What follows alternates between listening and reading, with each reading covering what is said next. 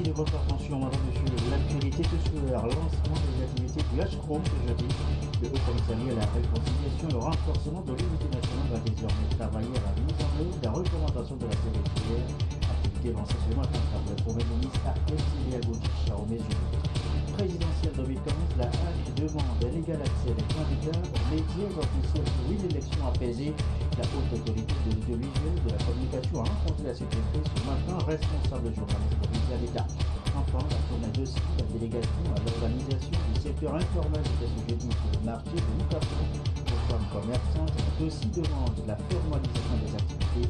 Nous entendons Ingrid Awadi, la directrice générale de CIS. Voilà, madame, monsieur, le sommet, bienvenue. Bonsoir à tous. D'abord, ces messages de félicitations au courrier des pères du chef de l'État. Message adressé tout d'abord à son Excellence, Monsieur Hifikepunye Pohamba, président de la République de Namibie, qui s'apprête à se commémorer dans la joie et l'allégresse l'anniversaire de sa fête nationale. Je me réjouis, écrit le président Faure Gnassingbe, de l'excellence des liens d'amitié, de coopération et de solidarité qui existent entre nos deux pays et réaffirme ma disponibilité à œuvrer de concert avec vous à leur consolidation et à leur diversification pour le bonheur de nos populations respectives. L'autre message, il s'adresse à son Excellence Monsieur Beji Caïd Essebsi, président de la République tunisienne. La Tunisie qui s'apprête aussi à commémorer dans la joie et l'allégresse l'anniversaire de sa fête nationale. Il m'est agréable de saisir cette heureuse opportunité pour vous souhaiter à vous-même et à votre famille, écrit le président Faure Gnassingbe, mes vœux ardents de santé et de bonheur ainsi que ceux de paix, de concorde nationale et de prospérité croissante pour le peuple frère tunisien. Je voudrais par ailleurs me réjouir de l'excellente qualité des relations d'amitié, de coopération et de solidarité qui existent entre nos deux pays et réaffirmer davantage mon entière disponibilité à œuvrer de concert avec vous à leur consolidation, à leur diversification pour le bonheur de nos populations respectives. Voilà ce que disent en substance les deux messages du chef de l'État adressés à ses homologues tunisiens et namibiens. Cela dit, on en vient maintenant au premier titre, la réconciliation. Et voici les mots du jour. Tolérance, pardon, partage, respect mutuel. Bien plus que des mots, eh bien, ce sont là des valeurs à traduire davantage dans nos comportements de tous les jours. Le HCROM, le Haut Commissariat, la réconciliation va y travailler et ceci au renforcement de l'unité nationale. Ces activités ont été officiellement lancées ce matin à l'Obéi par le Premier ministre à Agora Senghor. Le reportage de Edem Sossoupa. Nos différences, loin de nous diviser, doivent nous enrichir pour mieux construire le Togo, le construire en tournant le dos au passé traumatique et léguer un pays prospère et réconcilié aux générations futures. C'est en tout cas le leitmotiv prôné ici par le HCRON. C'est officiellement lancé la phase de mise en œuvre des recommandations de la CVJR. Le HCRON, au commissariat à la réconciliation et au renforcement de l'unité nationale, dirigé par Awanana Daboya, a au maximum 3 ans pour y parvenir. Les Togolais doivent s'accepter, se réconcilier pour un vivre ensemble.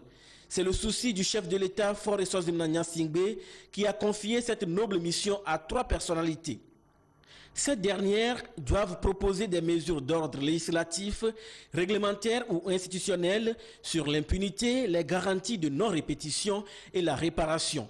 Elles sont aussi appelées à mener des initiatives de médiation, d'apaisement et de justice préventive entre différentes communautés. Nous avons un programme de tournée à l'intérieur des 5 régions, plus Lomé commune. Au niveau de Lomé commune, nous allons faire 4 rencontres. 4 séries de rencontres. Nous allons rencontrer, on vient de le voir avec les autorités politiques, les chefs traditionnels, c'est cet après-midi, puis la classe politique pure et dure, c'est-à-dire les partis politiques et la société civile. C'est d'aller à la rencontre des populations, de manière à ce que nous leur expliquions en quoi consiste notre mandat. Nous ne sommes que des mandataires, reçus mandat, c'est-à-dire de faire entrer en application les recommandations de la CVJR. 68 recommandations qui embrassent tout. Et plus précisément, je crois que ce qui va beaucoup intéresser les populations, c'est les réparations. Mais en dehors des réparations, il y a tout le reste, à savoir promouvoir une société de vie commune, un vivre commun où les droits de l'homme sont respectés, une société de vie apaisée, où tout le monde se sent, comme on l'a dit dans la salle, en confiance. Le Ashkroun fait donc partie de l'ensemble des outils dont les acteurs sociopolitiques s'engagent à mettre à la disposition du pays pour l'ancrage au sein des populations des valeurs de solidarité, de tolérance, de pardon et d'acceptation de l'autre. L'imploration divine est aujourd'hui nécessaire, selon le ministre en charge de la mise en œuvre des recommandations de la CVJR, pour que les objectifs assignés soient réellement atteints. Nous sommes convaincus que la foi des Togolais et la divine providence accompagneront le Haut Commissariat à la réconciliation et au renforcement de l'unité nationale pour la parfaite réussite de sa mission que nous reconnaissons assez délicate, pour désarmer définitivement les esprits afin d'éviter que ces esprits n'arment les bras dans la rue. Pour consolider la démocratie et l'état de droit au Togo, le pays doit renforcer l'unité nationale. C'est pourquoi le HCDH s'inscrit dans la dynamique enclenchée par le gouvernement. Les aspects liés à la justice, aspects liés à la non à l'impunité, à la garantie de non-répétition sont les aspects qui sont assez importants. La réparation pour les victimes sont les questions importantes dans les canevaux de justice transitionnelle pour laquelle nous avons aussi une responsabilité à soutenir et aider avec les autres partenaires, avec le gouvernement. Ce mécanisme a abouti. Pourquoi? Parce qu'à la fin de compte, tout ce que nous cherchons, c'est que les victimes se retrouvent avec une satisfaction et que la question des non-répétitions s'installe et que tous les Togolais prennent ça comme un principe commun. Pour le Premier ministre, Célia Godia Oumezounou, représentant le président de la République à cette cérémonie de lancement des activités du Ashkroun, l'institution que dirige Awanana doit travailler dans deux directions, notamment le passé et l'avenir. Le but recherché est de cimenter au sein des Togolais le sentiment du vivre ensemble. En tant qu'acteur essentiel du processus qui permet aujourd'hui aux Togolais de croire beaucoup plus à ce rêve qui est l'édification d'un Togo plus uni et plus réconcilié, le gouvernement ne saurait jamais se rétracter face à ses engagements. À tout ce qui touche la promotion et la consolidation de l'unité et de la réconciliation, le gouvernement tiendra avec détermination son rôle régalien, qui est de mettre les Togolais autour d'une entreprise commune, en vue de créer les conditions d'un vivre collectif dans l'harmonie et la paix sociale. Cette exigence nous interpelle tous, car de notre ferme volonté de cultiver les valeurs de tolérance, d'entente et de pardon, dépendra l'éclosion d'une société togolaise nouvelle, une société où la lutte contre l'exclusion, l'injustice et le sectarisme permettra à tous les Togolais de se sentir vraiment enfants d'une même nation. La mission confiée au Commissariat à la réconciliation et au renforcement de l'unité nationale est immense. Il s'agit pour cette institution de se pencher sur les douleurs qui ont émaillé la mémoire collective des Togolais afin que ceux-ci puissent, dans un esprit de concertation, insuffler un nouvel élan au sentiment qu'ils partagent tous, celui d'appartenir à un même pays. Le Ashkroun s'attellera à l'exécution du programme de réparation élaboré par la CVJR qui couvre près de 20 000 victimes déclarées. Plus exactement, 18 508 victimes de différents événements sociopolitiques de 1958 à 2005. Et aussitôt mis sur scène, eh bien, le Ashkroun s'appuie déjà, vous l'avez entendu d'ailleurs tout à l'heure, sur les responsables religieux, les chefs traditionnels. Les échanges ont eu lieu cet après-midi. Les précisions, nous retrouvons Edem Sossouko. Après les membres du gouvernement, les responsables des institutions, les forces de l'ordre et de sécurité, le corps diplomatique dans la matinée, le Ashkroun consacre l'après-midi aux leaders d'opinion de la commune de Lomé. Ensemble, ces acteurs ont exploré les pistes devant conduire à une réconciliation vraie et profonde. Le Ashkroun veut compter sur tous les Togolais pour réussir sa mission. Ici, on leur propose de mettre Dieu au centre de leur démarche et de s'adresser en langue locale aux populations pour que le message puisse passer. Nous savons que dans les mosquées et dans les églises, il y a la prédication. À travers la prédication, on peut bien sûr parler, interpeller les consciences, apaiser les cœurs et éduquer vraiment à la paix. En tant que religieux, c'est de prier pour que le Tout-Puissant les accompagne et les initie pour tout ce qu'ils vont faire pour que ça soit de façon apaisée. Ce qu'on vient d'apprendre ici aujourd'hui, nous allons porter ça haut à nos villages, à nos communautés, dans des capons, la population, pour les parler, pour les sensibiliser, l'apaisement. Les leaders religieux et les chefs traditionnels se disent prêts à accompagner le Ashkroun dans ce processus. La rencontre du Ashkroun va se poursuivre demain 20 mars avec les partis politiques et la société civile. L'institution reste ouverte à toute suggestion du public. La réconciliation, l'unité nationale des valeurs vite est mise en péril si on n'y prend pas garde, surtout en période électorale. Nous y sommes justement et les appels à des comportements citoyens se multiplient à juste titre. Ici, le cas, ici encore, vous allez le voir, à Toblekopé, Gilbert Bahara, le ministre de l'administration territoriale, était face aux populations. La rencontre, le récit, Kassim Nabaga.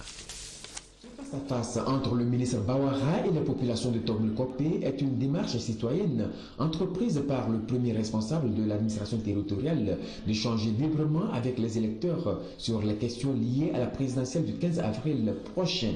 En moins d'un mois de ce scrutin capital, nombreux sont ces électeurs qui doutent encore s'ils doivent exercer leur devoir civique, tant ils sont partagés entre des avis divergents, certains appelant au vote, d'autres au boycott et d'autres encore à empêcher purement et simplement la tenue de l'élection.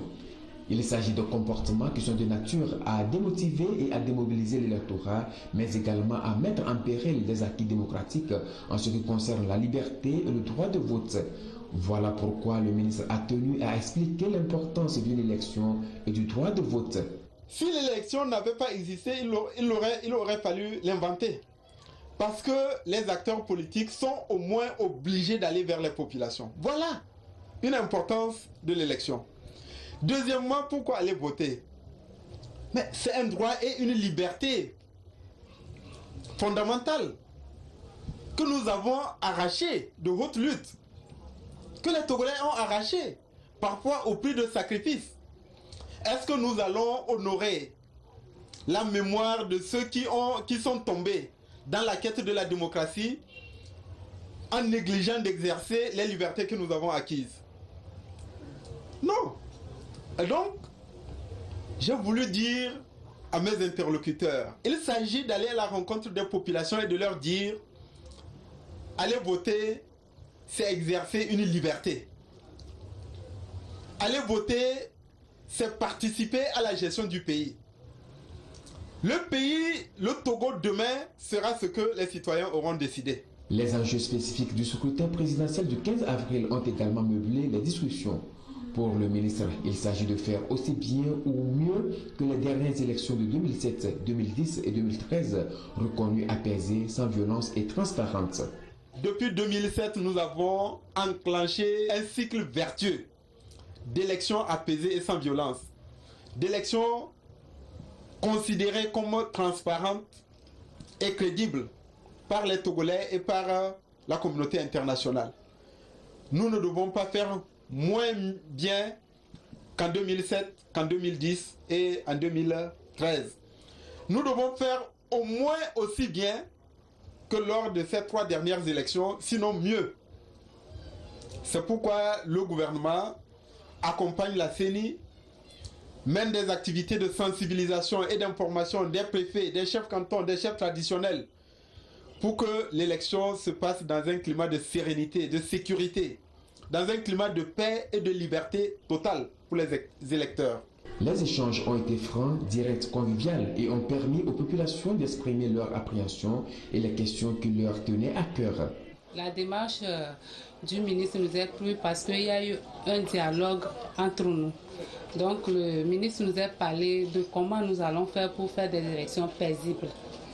Il y a des choses que nous aussi on veut dans notre quartier qu'on nous arrange. On a profité de ça. C'est une occasion aujourd'hui avec le ministre. On a discuté avec lui, il a pris. Si vraiment ça pouvait continuer de temps en temps comme ça, là ça va essayer de motiver la population.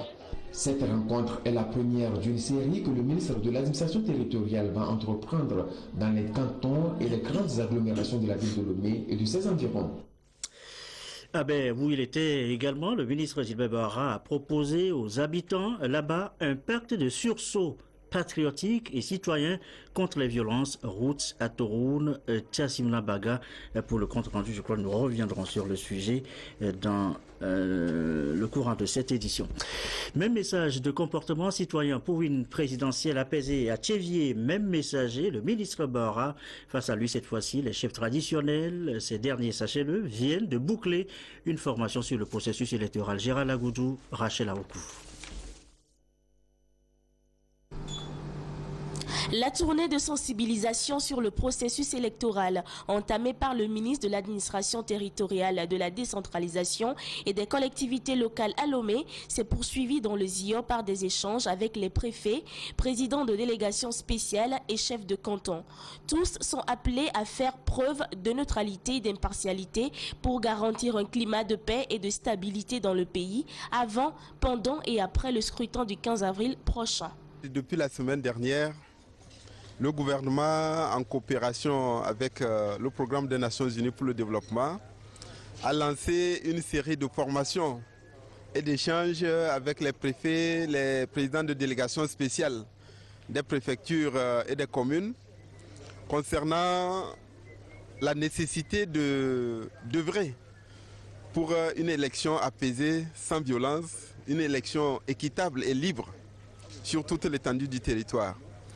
Après cette série de formations, nous avons entamé depuis quelques jours, région par région, des rencontres et des échanges avec les chefs cantons pour les familiariser également sur les mêmes exigences que les autorités traditionnelles et administratives doivent observer une stricte neutralité et l'impartialité tout au long du processus électoral.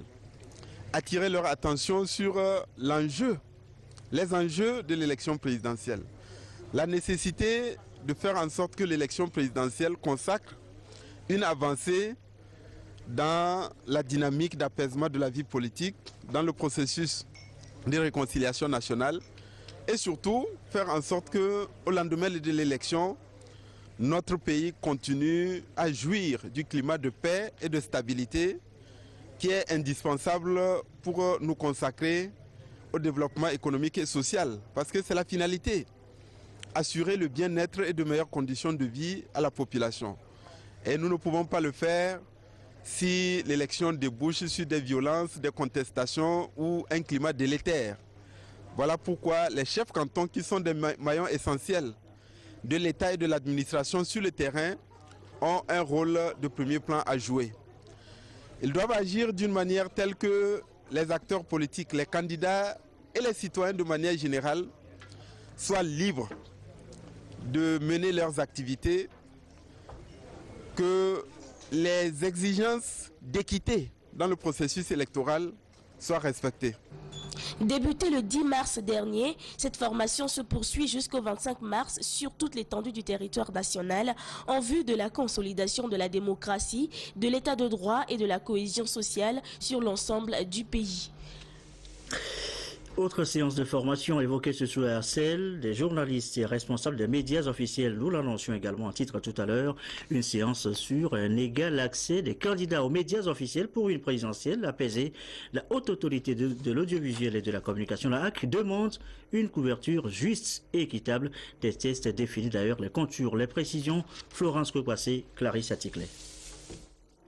Les professionnels des médias officiels doivent être, durant le processus électoral, le plus impartial et objectif possible dans le traitement des informations.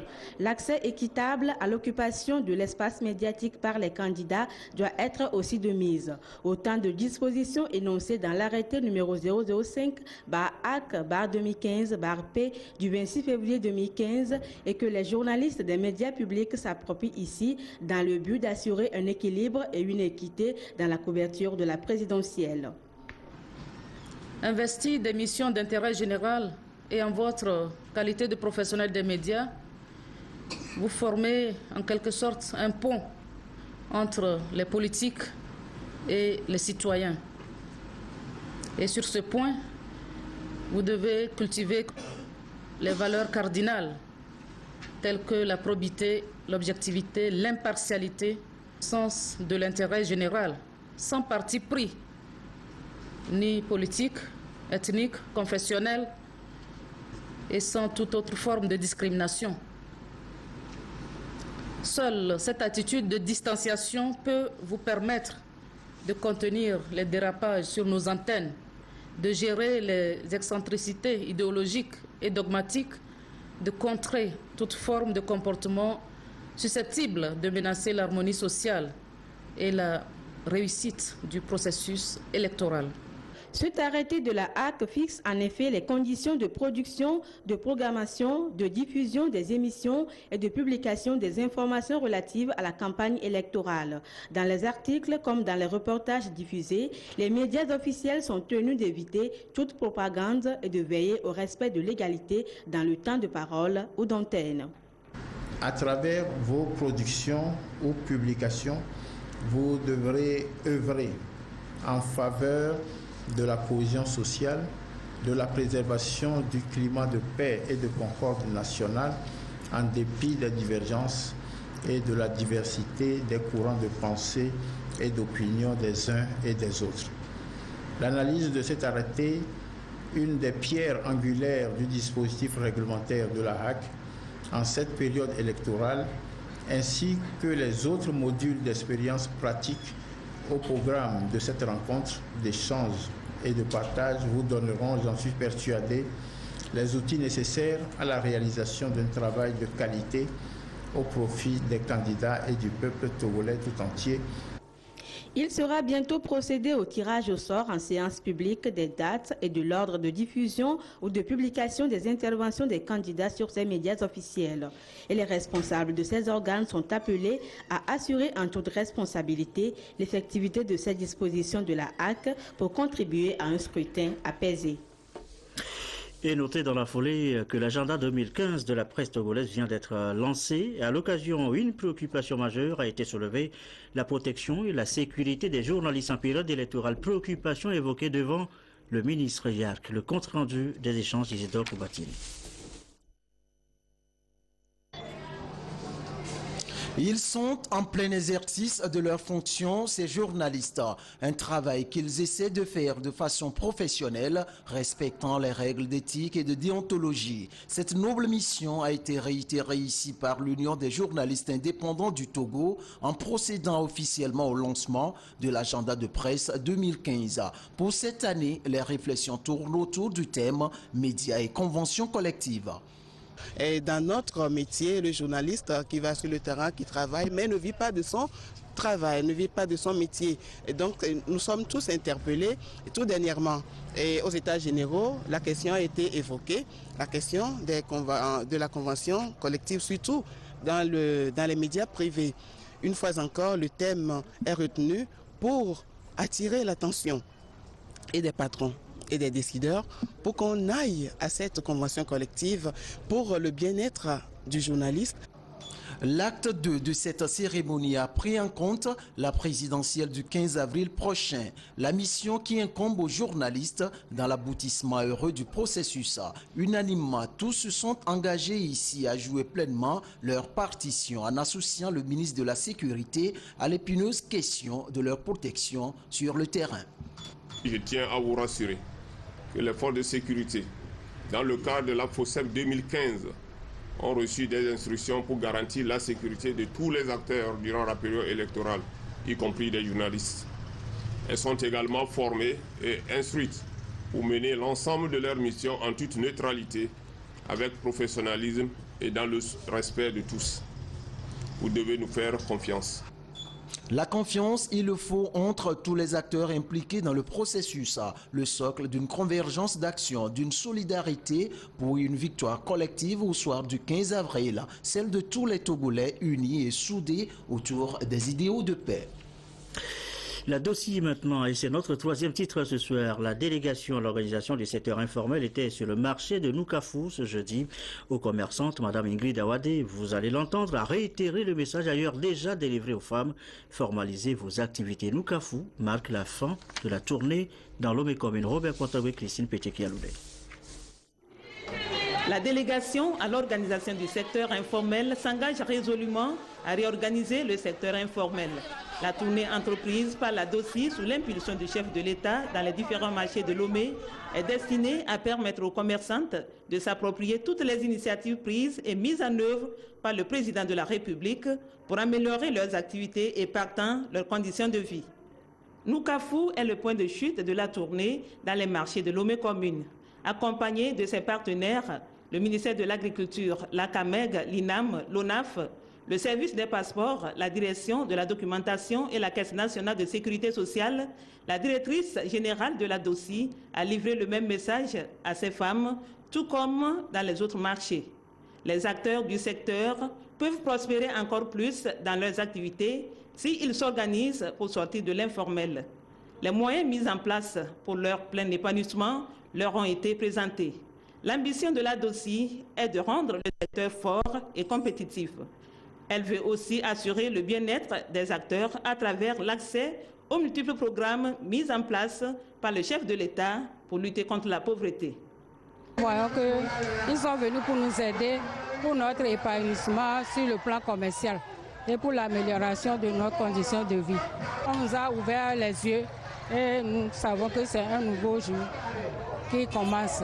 Le PAM doit aider maintenant surtout les comités des marchés, parce que dans chaque marché, il y a des comités de marché, la présidente, le secrétaire. Les PAM doivent les aider maintenant pour se mettre en groupe, pour pouvoir bénéficier de ces produits-là. La sensibilisation dans les marchés de Lomé commune a duré en tout 3 semaines. Selon la directrice générale de la DOCI, c'est un pas important qui vient d'être franchi.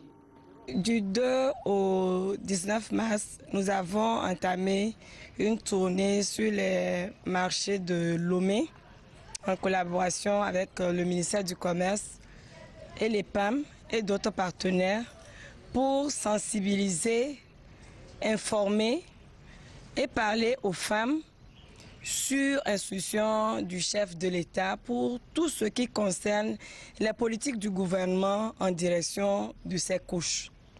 Aujourd'hui, nous avons plusieurs programmes que les commerçants et commerçantes de Lomé ignoraient. Et je pense qu'au terme de cette tournée, beaucoup sont informés et nous avons fait un pas important et décisif qui est celui de les approcher, de se faire connaître. Aujourd'hui, nous avons ouvert une nouvelle ère de communication. Et comme nous avons eu pour message sur tous les marchés, nous sommes disponibles au niveau de la DOCI. Mes collaborateurs et moi, nous sommes disponibles. Si elles ne peuvent pas venir, nous-mêmes, nous allons nous déplacer vers elles pour répondre à toute question qui intervient dans le domaine de leurs activités, que ce soit au niveau des crédits, de la santé, de la formalisation. Et je pense qu'aujourd'hui, nous sommes dans un partenariat gagnant-gagnant. La première semaine, nous avons entamé cette journée avec la présence effective de Madame la ministre du Commerce et du secteur privé. La deuxième semaine, elle a entamé une autre tournée à l'intérieur du pays. Et c'est sûr que vous avez dû la voir dans les chefs-lieux de région. C'est une démarche qui ne vient que commencer. La semaine prochaine, nous serons encore à l'intérieur du pays, que ce soit dans la région de la Kara, comme dans la région des Savanes, pour sensibiliser les populations aussi qui sont à l'intérieur du pays. La tournée se poursuit donc et la DOCI a pris les dispositions nécessaires pour l'atteinte de l'objectif qu'elle s'est fixé depuis 2008, celui de réorganiser le secteur informel. Le marché de Noukafou dispose d'un centre de santé qui va aussi recevoir l'appui de la CAMEG et de la DOCI pour son meilleur fonctionnement.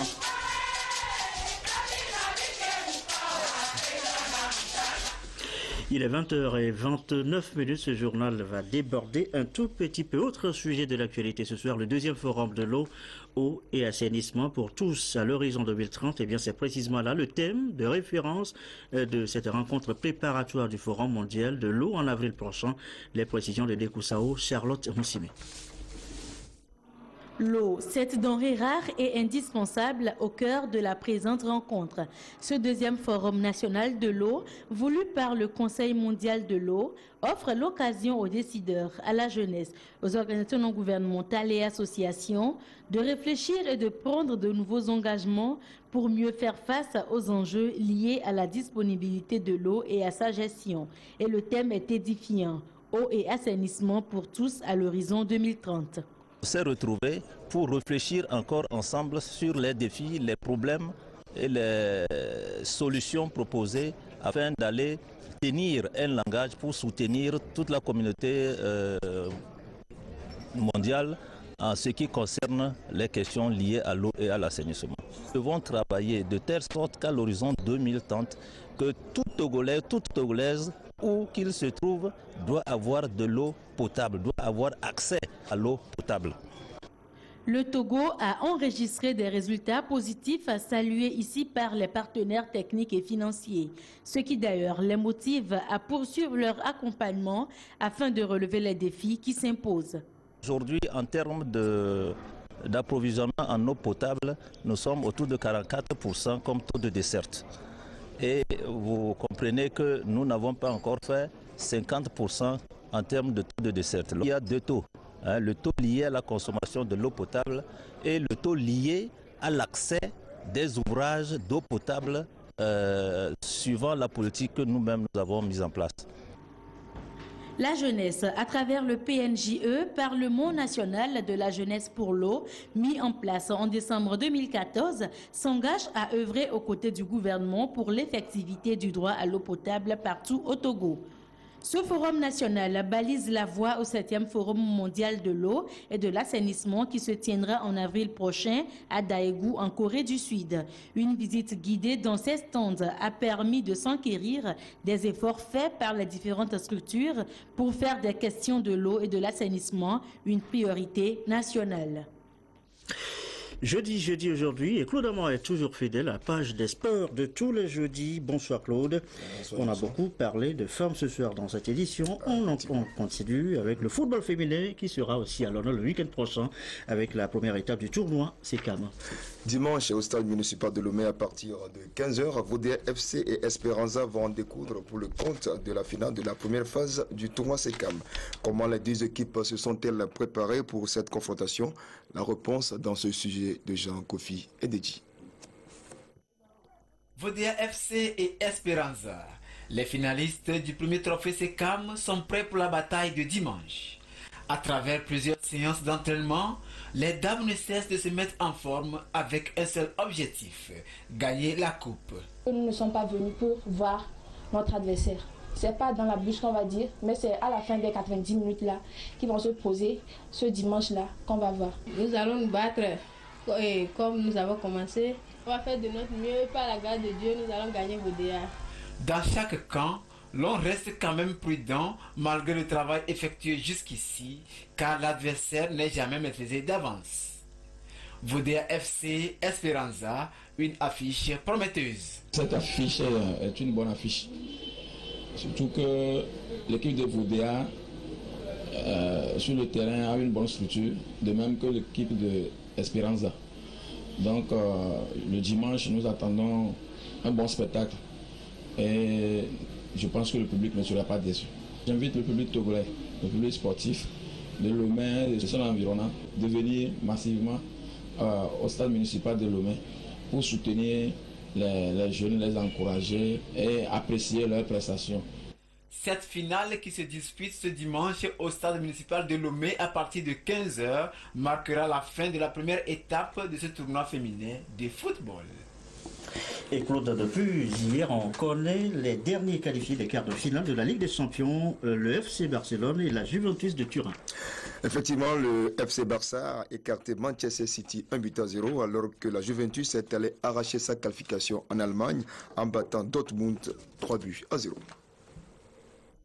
s'est qualifié hier soir pour les quarts de finale de la Ligue des Champions pour la 8e année consécutive. Les Catalans, une nouvelle fois en démonstration face à City après le 2-1 du match aller à Manchester. De très nombreuses occasions, mais un seul but d'Ivan Rakitic sur une passe d'un Messi stratosphérique. Ter Stegen a stoppé un penalty de Sergio Agüero.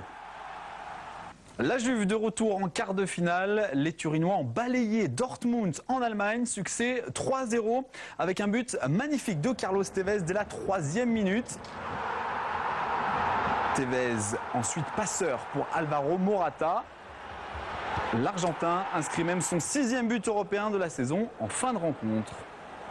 On connaît donc les 8 quarts de finalistes de la Ligue des Champions. 2 clubs français, c'est une première depuis 5 ans. Mais ce n'est pas encore aussi bien que l'Espagne qui place 3 équipes.